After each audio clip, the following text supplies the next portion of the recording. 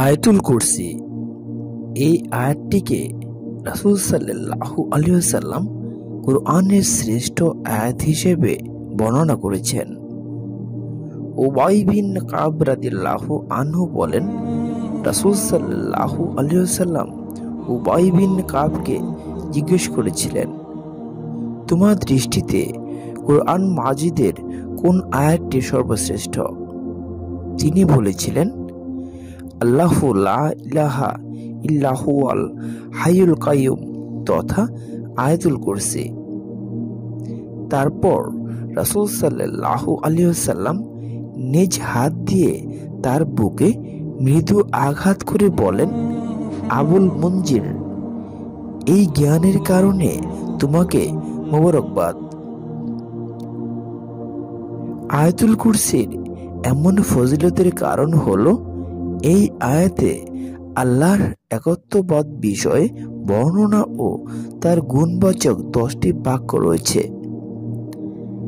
আর শয়তানের প্রভাব থেকে মুক্ত থাকার জন্য এই আয়াত অত্যন্ত কার্যকর। আবু হুরায়রা রাদিয়াল্লাহু আনহু বলেন, রাসূল সাল্লাল্লাহু আলাইহি ওয়াসাল্লাম এক রমজান মাসে যাকাতের সম্পদ পাহারা দেওয়ার দায়িত্ব আমাকে দিয়েছিলেন। তখন দেখতে পেলাম একজন আগন্তুক সদকার মাল চুরি করছে। তখন আমি আগন্তুকের হাত ধরে ফেললাম এবং বললাম, আল্লাহর কসম, আমি তোমাকে আল্লাহর রাসূলের কাছে নিয়ে যাব। তখন আগন্তুক বলল, আমি খুব অভাবী আর আমার অনেক প্রয়োজন। তার এ কথা শুনে দয়া করে তাকে ছেড়ে দিলাম। ঠিক পরদিন সকালে রাসূল সাল্লাল্লাহু আলাইহি ওয়াসাল্লাম আমাকে জিজ্ঞেস করলেন, গতকাল তোমার অপরাধী কি করেছে? আমি জবাব দিলাম, হে আল্লাহর রাসূল, লোকটি অনেক অভাবী, তাই তাকে দয়া করে ছেড়ে দিয়েছি। রাসূল সাল্লাল্লাহু আলাইহি ওয়াসাল্লাম বলেন, অবশ্যই সে তোমাকে মিথ্যা বলেছে আর সে আবার আসবে। পরদিন আমি আবার অপেক্ষা করতে লাগলাম। যখন সে আবারও চুরি করতে এলো, তখন তাকে পাকড়া করে বললাম, এবার অবশ্যই আমি তোমাকে আল্লাহর রাসূলের কাছে নিয়ে যাব।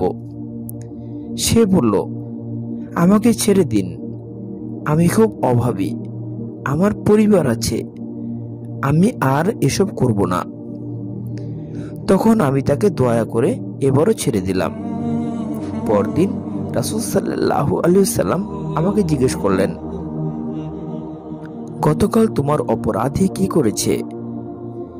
আমি এবারও জবাব দিলাম, হে আল্লাহর রাসূল, লোকটি অনেক অভাবী, তাই তাকে দয়া করে ছেড়ে দিয়েছি।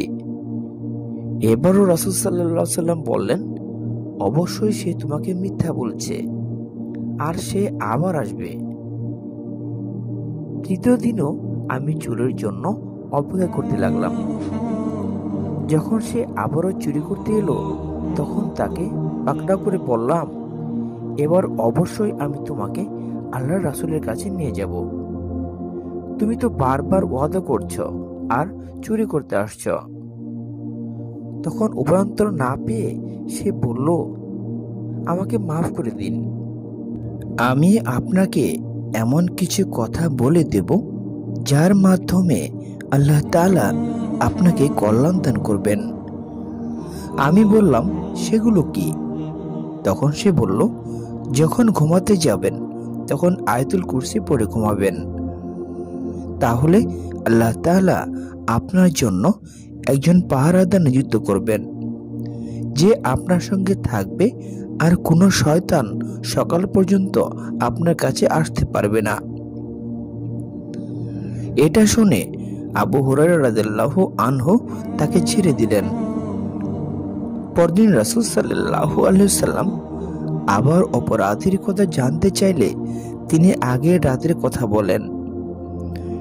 তখন রাসূল সাল্লাল্লাহু আলাইহি ওয়াসাল্লাম বলেন, যদিও সে চরম মিথ্যাবাদী, কিন্তু সে এই কথা সত্য বলেছে।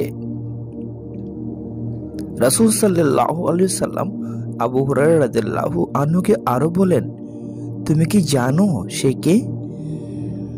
আবু হুরায়রা রাদিয়াল্লাহু আনহু বললেন, না। রাসূল সাল্লাল্লাহু আলাইহি ওয়াসাল্লাম বলেন, সে হচ্ছে শয়তান।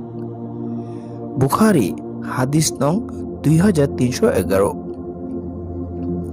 পবিত্র কুরআনের এই আয়াতটি এতই বরকতপূর্ণ যে রাসূল সাল্লাল্লাহু আলাইহি ওয়াসাল্লাম বলেছেন, যে ব্যক্তি প্রতি নামাজের পর এই আয়াত পড়বে সে তার জান্নাতে যেতে মৃত্যু ছাড়া আর কোনো বাধা থাকবে না।